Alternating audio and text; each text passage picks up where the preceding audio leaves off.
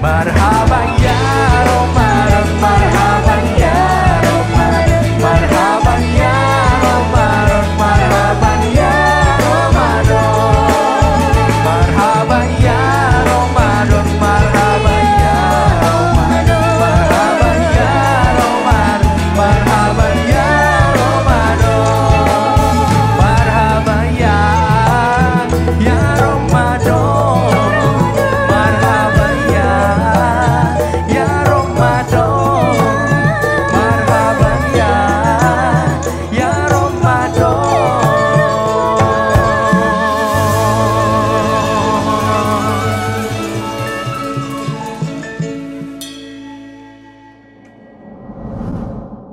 Assalamualaikum warahmatullahi wabarakatuh.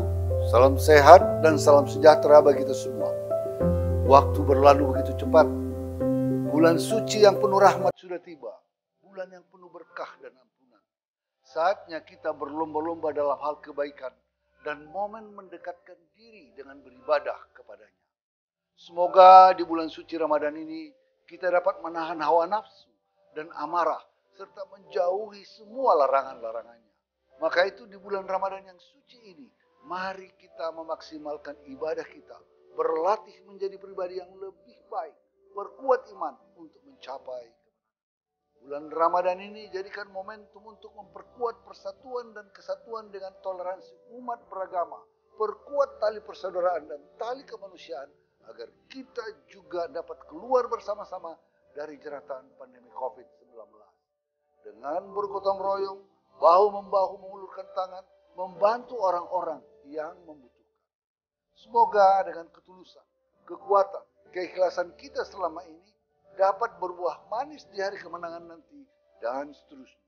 Sekali lagi, saya Yasona Halauli, Ketua DPP PDI Perjuangan Bidang Hukum dan HAM dan Perundang-undangan mengucapkan selamat menjalankan ibadah suci di bulan Ramadan yang penuh berkah ini. Ronda malam sambil makan markisa, lihat bintang di langit indah. Saat ini kita berpuasa, semoga kita semua mendapat berkah. Wallahul muwaffiq ila aqwamit thoriq. Wassalamualaikum warahmatullahi wabarakatuh. Merdeka.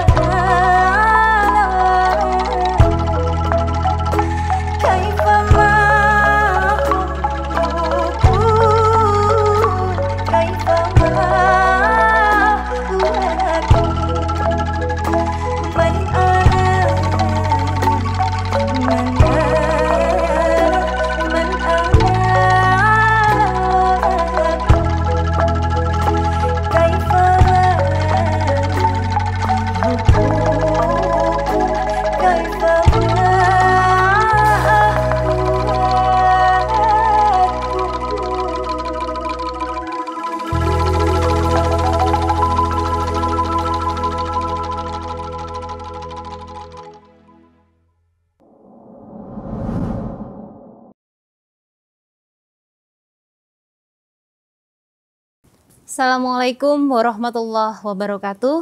Sobat BKN dimanapun Anda berada, kita kembali berjumpa dalam acara Inspirasi Ramadan, program ngabuburit bersama BKN PDI Perjuangan.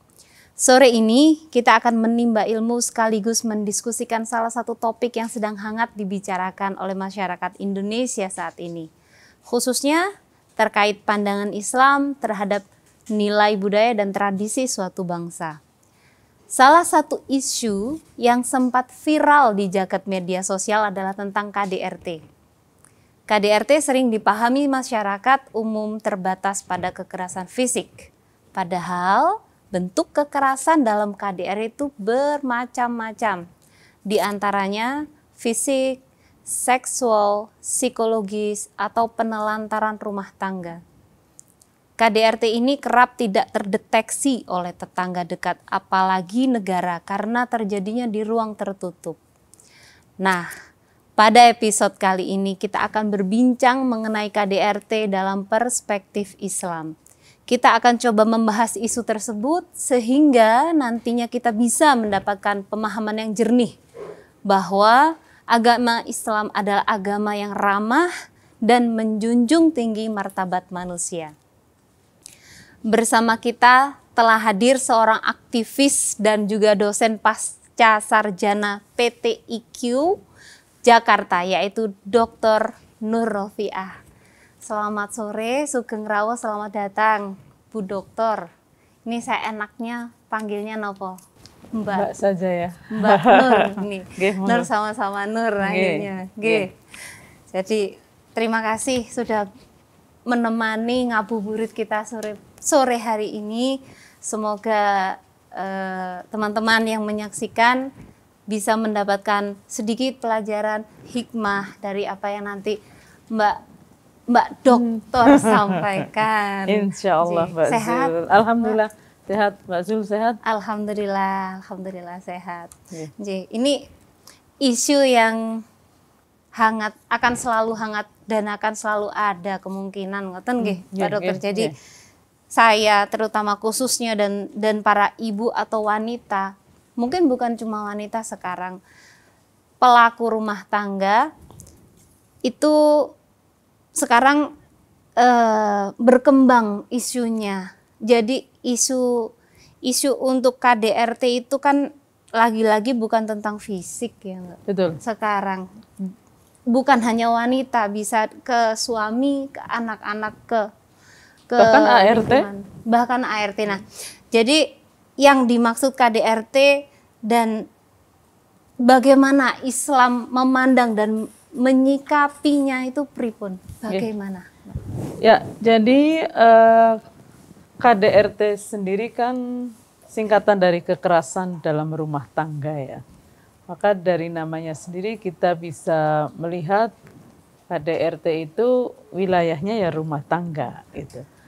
Nah, apa itu kekerasan dalam rumah tangga? Seperti tadi Mbak Zul sampaikan, itu kan perbuatan terhadap seseorang, terutama perempuan, yang bisa berakibat kesengsaraan atau penderitaan secara fisik. Itu satu ya. Fisik. Seksual, 2. Kemudian psikologis, 3. Dan atau penelantaran rumah tangga.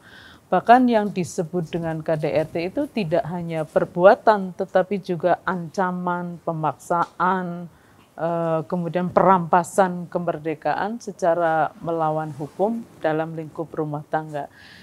Itu adalah bentuk KDRT yang bisa diproses secara hukum.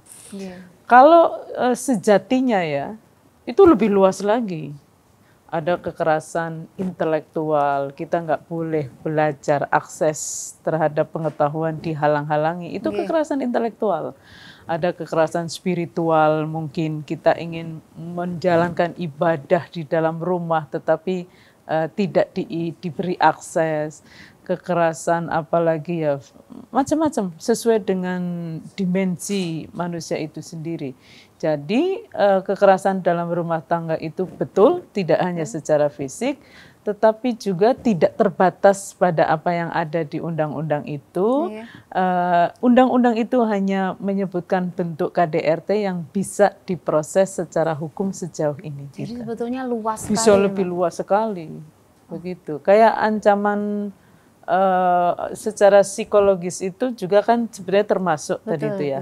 Dan psikologis biasanya secara fisik orang bisa sehat walafiat loh. Tetapi secara psikologis itu dia sedang merasakan kekerasan gitu. Iya betul, karena beberapa waktu yang lalu juga ada kasus viral seorang ibu-ibu yang menurut saya membunuh satu anaknya. Betul. Itu juga seperti itu kan, bisa dibilang secara fisik kelihatan sehat ya. Secara sehat. Tetapi dia barangkali sudah lama sekali punya problem secara psikis dan dia tidak bisa menyalurkannya gitu.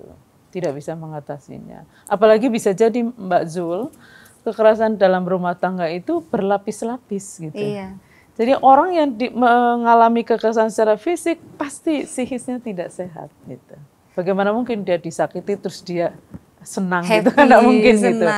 Berarti ada soal itu, dan bisa jadi kekerasan itu juga lalu berdampak pada macetnya nafkah gitu ya. Lalu secara seksual juga kita tidak tahu, karena terutama secara seksual itu berada di ruang yang sangat privat di dalam rumah sekali. Gitu. Bahkan orang di dalam rumah itu bisa tidak tahu. Betul. Nah itu menarik. Non sewu permisi sebelumnya. Kalau sebenarnya membahas seksualitas sendiri di dalam Islam itu bagaimana?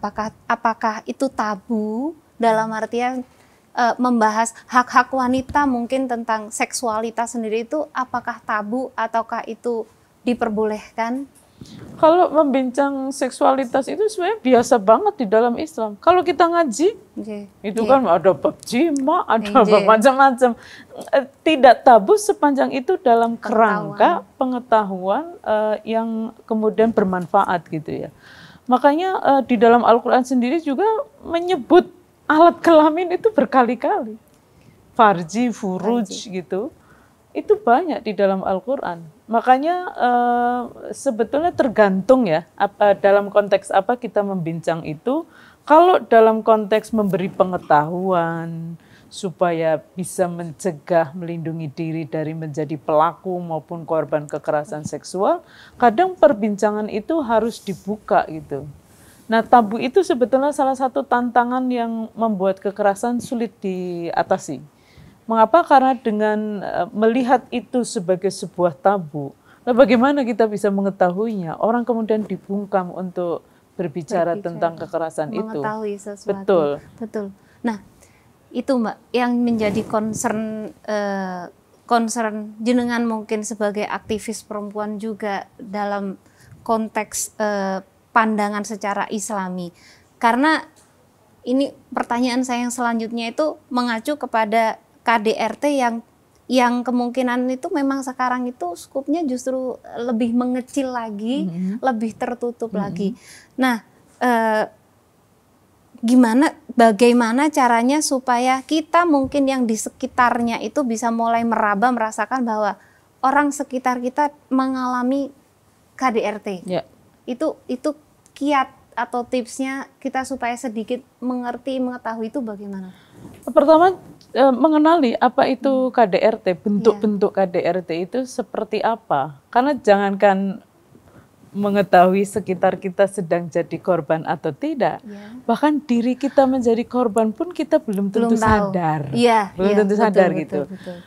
Bahkan mungkin ya nilai-nilai budaya atau penafsiran agama tertentu itu yang menormalkan kekerasan dalam rumah tangga itu bisa membuat korban itu tidak menyadari bahwa dirinya sedang mengalami KDRT, dan pelakunya juga mungkin tidak menyadari bahwa dirinya sedang menjadi pelaku KDRT. Jadi bisa nggak membayangkan? Ketidaksengajaan. Atau dia tahu itu menyakiti mungkin ya, tapi bagi dirinya kan tidak. Kekerasan itu bagi pihak lain menyakiti, tetapi bagi pelaku kan dia tidak merasa sakit atas kekerasan itu. Sementara si korban itu dikonstruk untuk berpikir bahwa dirinya wajar menerima Seperti itu, kekerasan itu gitu. perlakuan Iya. seperti itu wajar. Karena saya adalah dipimpin, maka saya harus taat. Posisi Misalnya gitu ya. istri, Saya harus iya. taat kepada pimpinan, sementara pimpinan berbuat kekerasan dan dia dilema apakah saya harus menolak ataukah tidak gitu. Nah itu salah satu hambatan yang berat karenanya di dalam Islam itu ditegaskan bahwa ini kan soal relasi kuasa ya. Sebetulnya di dalam Islam itu tidak ada ketaatan yang bersifat mutlak kepada makhluk, itu tidak ada.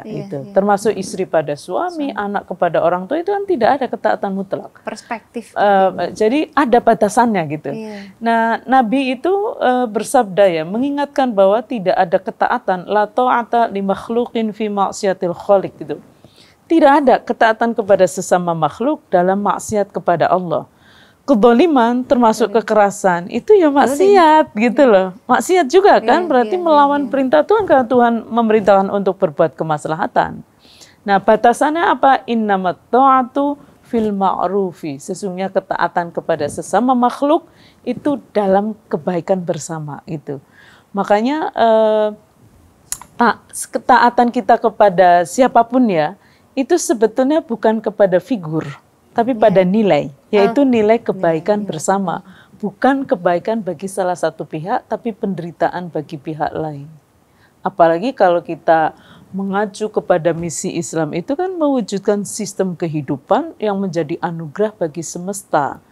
Itu artinya adalah termasuk di dalamnya sistem perkawinan, sistem rumah tangga, yang diharapkan oleh Islam itu menjadi anugerah bagi semua pihak yang ada di ruang itu, bahkan keluarga itu kalau di dalam Islam tidak hanya memberi kemaslahatan bagi seluruh anggota keluarga tanpa kecuali, tapi bahkan keluarga ini aktif melahirkan kemaslahatan bagi keluarga lain seluas-luasnya. Impact-nya, ke dalam baik, ya, ke dalam sekaligus keluar gitu.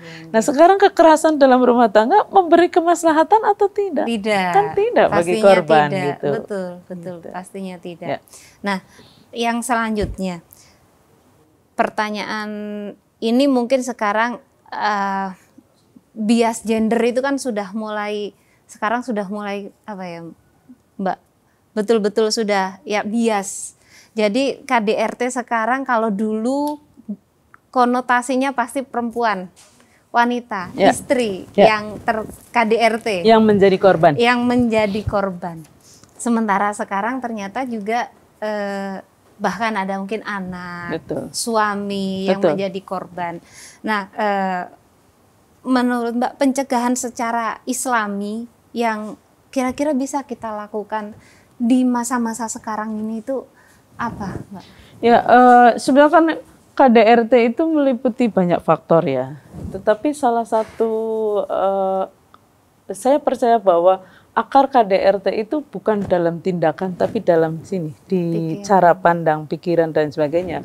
Maka pencegahan yang pertama itu adalah membangun kesadaran. Ini yang dilakukan oleh Islam nih. Membangun kesadaran bahwa manusia itu bukan hanya makhluk fisik. Manusia laki-laki dan perempuan itu juga makhluk intelektual karena punya akal, dan makhluk spiritual karena punya hati nurani.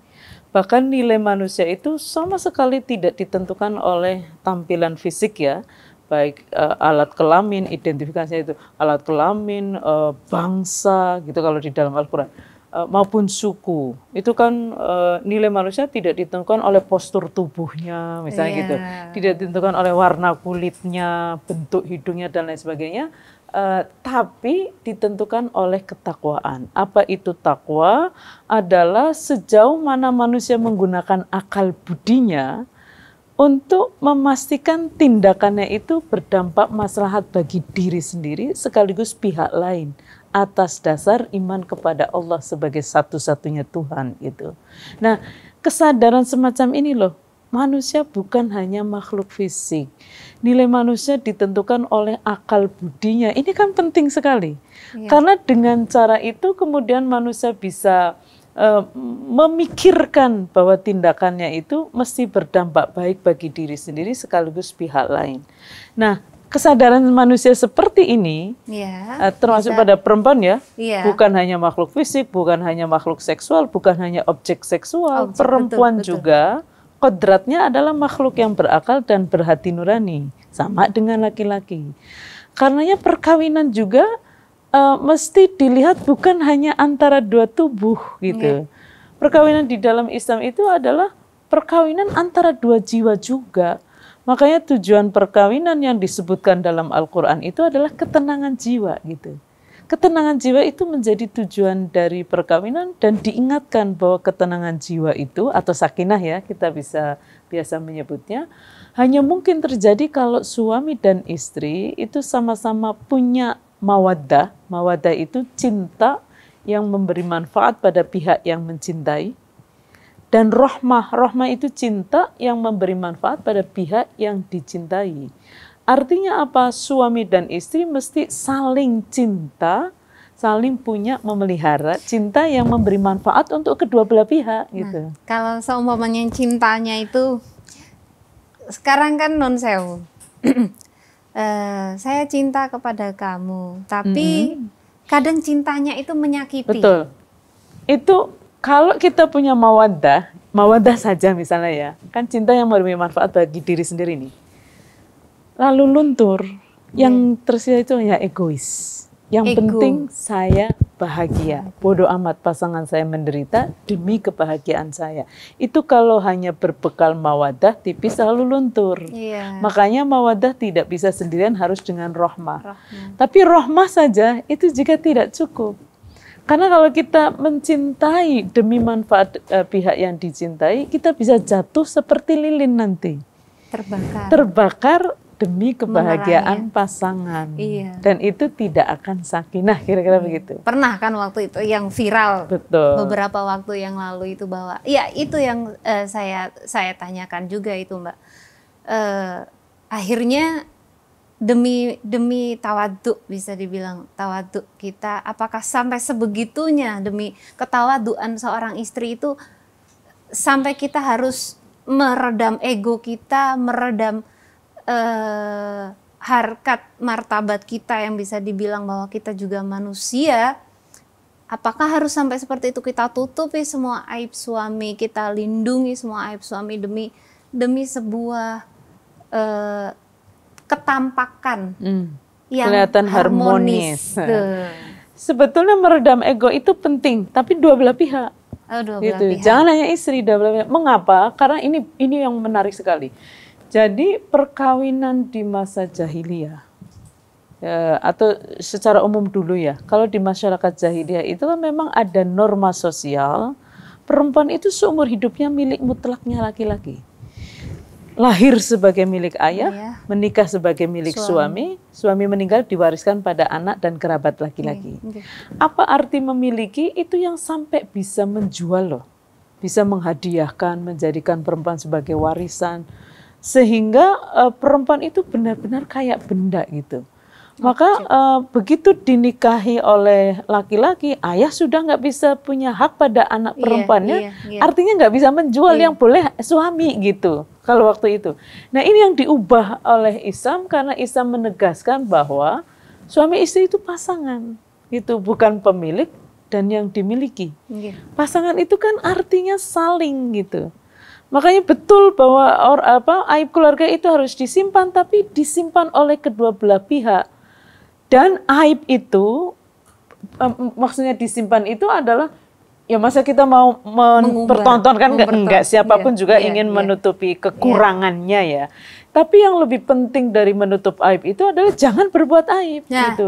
Dua-duanya loh ini. Berusaha untuk tidak berbuat sesuatu yang membuat itu jadi aib keluarga. Gitu. Sehingga tidak perlu ada yang ditutupi. Itu kan filosofi dari zawaj ya. Nomor satu kan suami istri di dalam Islam adalah berpasangan. Yang kedua nih, Islam menegaskan juga bahwa perkawinan itu adalah janji kokoh antara suami istri dengan Allah itu. Dan itu berat loh, karena setiap tindakan selama perkawinan itu mesti bisa dipertanggungjawabkan kepada Allah, baik diketahui atau tidak oleh suami maupun istrinya gitu, suami atau istrinya.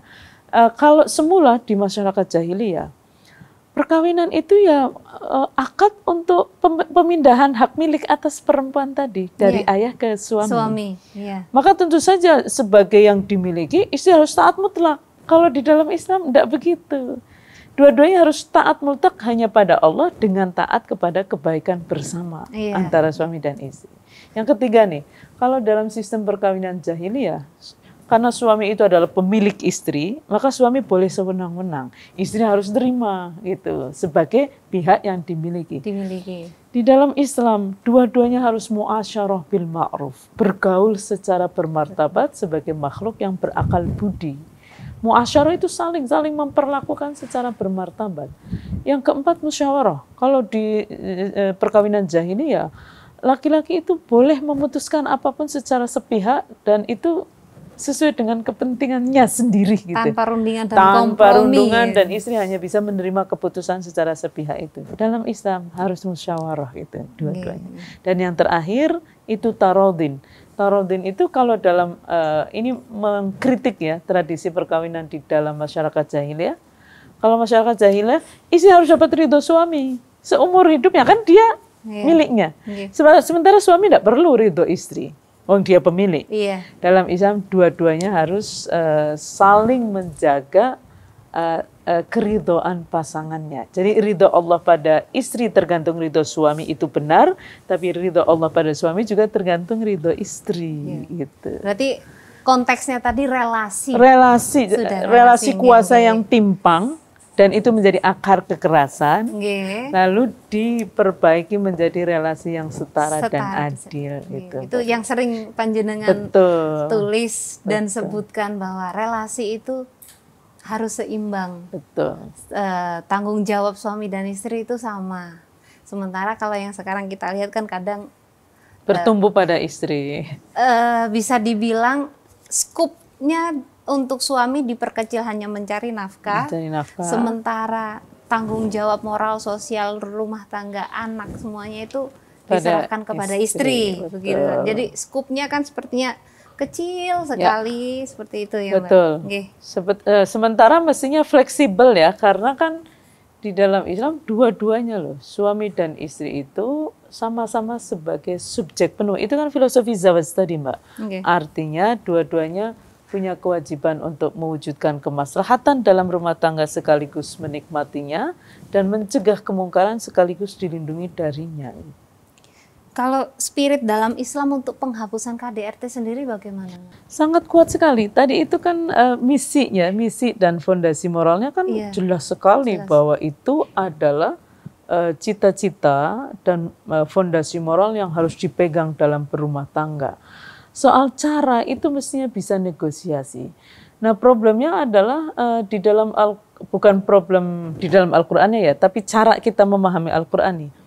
Di dalam Al-Quran juga itu kan sebetulnya ada dua hal yang penting ya. Pertama kita mesti lihat Al-Quran termasuk dalam rumah tangga itu sebagai sebuah sistem ajaran gitu. Yang jangan diambil yang enak lalu yang nggak enak buat dirinya, tidak sesuai dengan kepentingannya tidak dipakai. Misalnya ada ayat tentang menyebutkan poligami. Nah di ayat yang sama itu ada pesan monogami loh. Dan itu abad 7 Masehi gitu. Dipotong mungkin. Nah lalu hanya diambil bagian itu dan itu jadi populer. Ini sebenarnya problem bukan di dalam Al-Quran kan, tetapi cara kita meresponnya. Nah di dalam Al-Quran sendiri dia adalah sistem, maka ada misi. Misalnya tadi itu ya, mewujudkan sistem kehidupan termasuk perkawinan yang menjadi anugerah bagi semesta, termasuk dan terutama bagi pihak yang lemah atau rentan di dalam sistem itu. Atau dalam bahasa Al-Quran itu du'afa, lemah, dan mustad'afin, rentan, dilemahkan gitu. Nah mari kita lihat perbedaan perkawinan yang Islami dan bukan. Itu kalau sistem perkawinan yang dolim, dia menjadi anugerah juga Mbak Zul. Tapi hanya bagi pihak yang kuat. Sementara bagi pihak yang lemah, dia musibah. Iya, musibah. Nah perbedaan mendasar dari sistem perkawinan yang Islami, perkawinan itu menjadi anugerah termasuk dan terutama bagi pihak lemah dan rentan. Nah itu yang membedakan. Jadi banyak strategi sebetulnya ya. Kayak tadi ada misi, ada fondasi moral, ada cara. Nah, soal cara ini yang seringkali problematis, Mbak Zul. Nggih. Karena kayak tadi ya, menggapai. poligami itu kan sebetulnya proses saja. Karena kalau kita lihat sejarahnya, awalnya kan satu laki-laki bisa menikah dengan berapapun jumlah perempuan tanpa syarat adil. Tidak terbatas. Tidak terbatas dan tanpa syarat adil. Islam membatasi maksimal 4 dengan syarat adil dan diingatkan adil itu sulit. Gitu. Sudah diingatkan sudah di depan ya. Lalu didorong untuk monogami yang adil. Wa in khiftum alla ta'dilu fawahidah gitu. Nah, problemnya sekarang kita kan mau yang di tengah ini, target antara saya menyebutnya atau ketujuan final. Kalau ketujuan final selamat kita dari kekerasan ibaratnya gitu ya. Tapi kalau berhenti di target antara ya kemungkinan besar memang Islam kemudian dijadikan legitimasi untuk kekerasan itu. Gitu. Kalau berhenti loh ya, karena Islam sendiri kan memperlihatkan proses yang gradual itu. Gitu.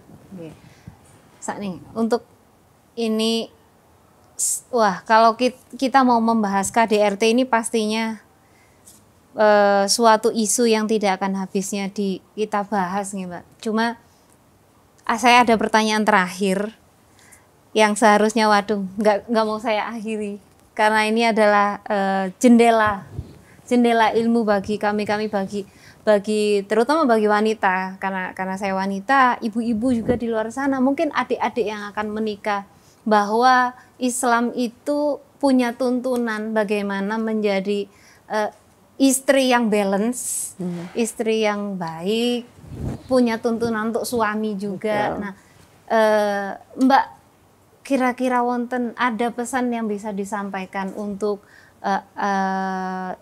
ibu-ibu, bapak-bapak, teman-teman, sahabat-sahabat BKN di sana yang mungkin akan menikah atau yang sekarang sedang menjalani pernikahan. Betul. Menurut saya pertama itu ta'aruf ya. Ta'aruf itu tidak hanya dengan calon pasangan atau dengan pasangan, ta'aruf dengan diri sendiri. Gitu.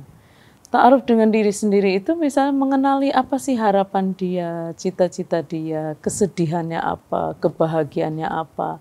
Kan jarang orang yang kadang-kadang ya, perempuan itu kan selalu dikonstruk untuk berpikir tentang kebahagiaan orang lain. Gitu. Maka betapa pentingnya kita, laki-laki dan perempuan sih, ta'aruf dengan diri sendiri. Nah, kalau sudah ta'aruf dengan diri sendiri, tentu kita perlu juga dong ta'aruf dengan pasangan. Apa sih harapan dia, cita-cita dia, kebahagiaan dia, kesedihan dia. Setelah itu kita negosiasikan gitu. Saya maunya begini, dia maunya begitu, gimana kalau begini? Misalnya gitu. Itu kan proses musyawarah. Sebelum menikah dan setelah menikah juga. Selama menikah. Ta'aruf negosiasi itu terus-menerus. Lalu gimana ya mengenali potensi diri masing-masing juga. Suami potensinya apa, istri potensinya apa. Lalu berproses bersama untuk menjadi versi diri yang terbaik gitu. Bersama-sama. Jadi saling mendukung. Betul, saling mendukung dan saling mengembangkan potensi. Gimana perkawinan itu menjadi ladang yang subur bagi kemaslahatan dan ladang yang subur yang bisa menumbuhkan potensi-potensi baik kedua belah pihak. Dan manusia sebaik-baik manusia, khairun nasi anfa'uhum linnas, sebaik-baik manusia itu kan yang paling bisa menjadi versi diri yang terbaik sehingga bisa bermanfaat secara maksimal. Sehingga bandingannya itu bukan orang lain, tapi diri sendiri. Karena diri sendiri itu ada versi malas, versi rajin, versi pelit kan gitu ya. Jadi gimana caranya kita bisa ikhtiar untuk menjadi versi diri yang terbaik, termasuk sebagai suami atau istri. Makanya Rasulullah bersabda, khairukum, sebaik-baik dari kalian, khairukum li ahli, adalah yang paling menjadi versi terbaik bagi keluarganya. Wa ana khairukum li ahli, dan saya adalah sebaik-baik kalian terhadap keluarga saya. Gitu. Jadi menarik itu untuk melihat proses ya. Ini menarik sekali. Sudah rasanya enggak ingin mengakhiri percakapan ini dengan teman-teman sahabat-sahabat BKN pasti juga curious, ingin belajar lebih banyak, dan jangan bingung, beliau bisa dicari, ada IG-nya ada IG-nya YouTube, Ada. YouTube juga ada. Walaupun belum. Keywordnya apa Mbak? Ngaji KGI. Ngaji KGI. Jadi buat teman-teman yang masih curious, yang masih penasaran dengan apa itu KDRT dan problematikanya yang sekarang semakin meluas, yang bukan hanya tentang fisik, monggo bisa mengunjungi sosial media beliau di Ngaji KGI. Keadilan Gender Islam. Keadilan Gender Islam. Matur suwun, terima kasih rawuhnya Mbak Dokter. Matur suwun. Baik, Sobat BKN sekalipun dimanapun berada, begitu luar biasa perbincangan kita pada sore hari ini, sampai tak terasa bahwa kita telah sampai pada penghujung acara. Meski demikian, pada sore hari ini kita telah belajar bahwa kekerasan dalam rumah tangga sejatinya bisa terjadi dari pihak manapun, baik istri maupun suami, sama-sama punya potensi untuk melakukan perbuatan itu. Namun, yang lebih penting dan harus senantiasa diingat, Islam sebagai agama yang rahmatan lil alamin mengajarkan kita bahwa rumah tangga seharusnya menjadi tempat yang menyediakan ketentraman, sakinah bagi setiap orang. Sobat BKN semuanya, di bulan Ramadan yang penuh rahmat dan ampunan, mari kita semakin tingkatkan keimanan dan ketakwaan. Salah satu bentuk yang paling nyata yaitu dengan terus menjunjung ajaran Islam. Dan di saat yang bersamaan tetap menjaga toleransi, harmoni, dan tradisi di tengah masyarakat Indonesia. Kita akan berjumpa kembali esok hari di program menjelang buka puasa tentunya pada jam yang sama di akun YouTube BKN PDI Perjuangan. Jangan lupa like, komen, subscribe. Wassalamualaikum warahmatullahi wabarakatuh.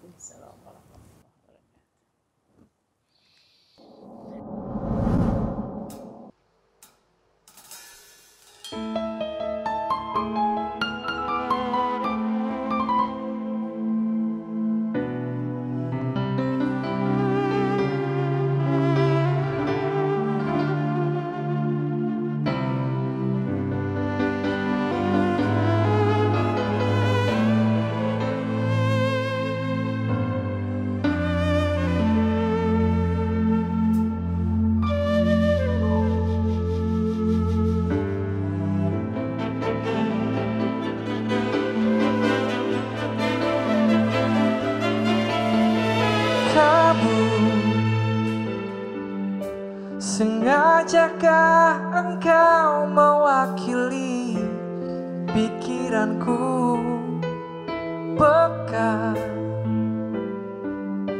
Hitam peralat menyelimuti matahari. Aku dan semua yang ada di sekelilingku berangkat menggapai dalam kelam.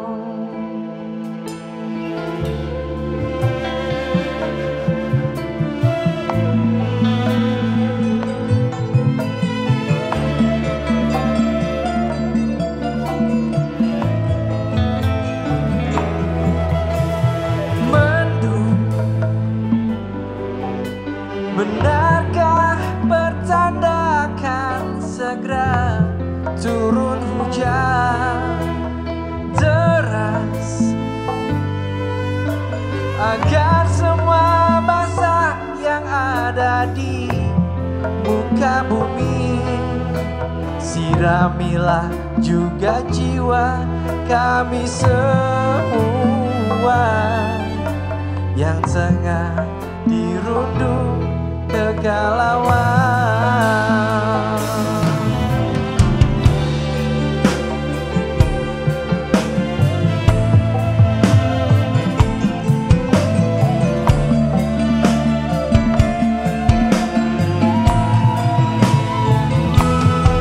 Roda zaman menggilas kita, terseret tertatih-tatih.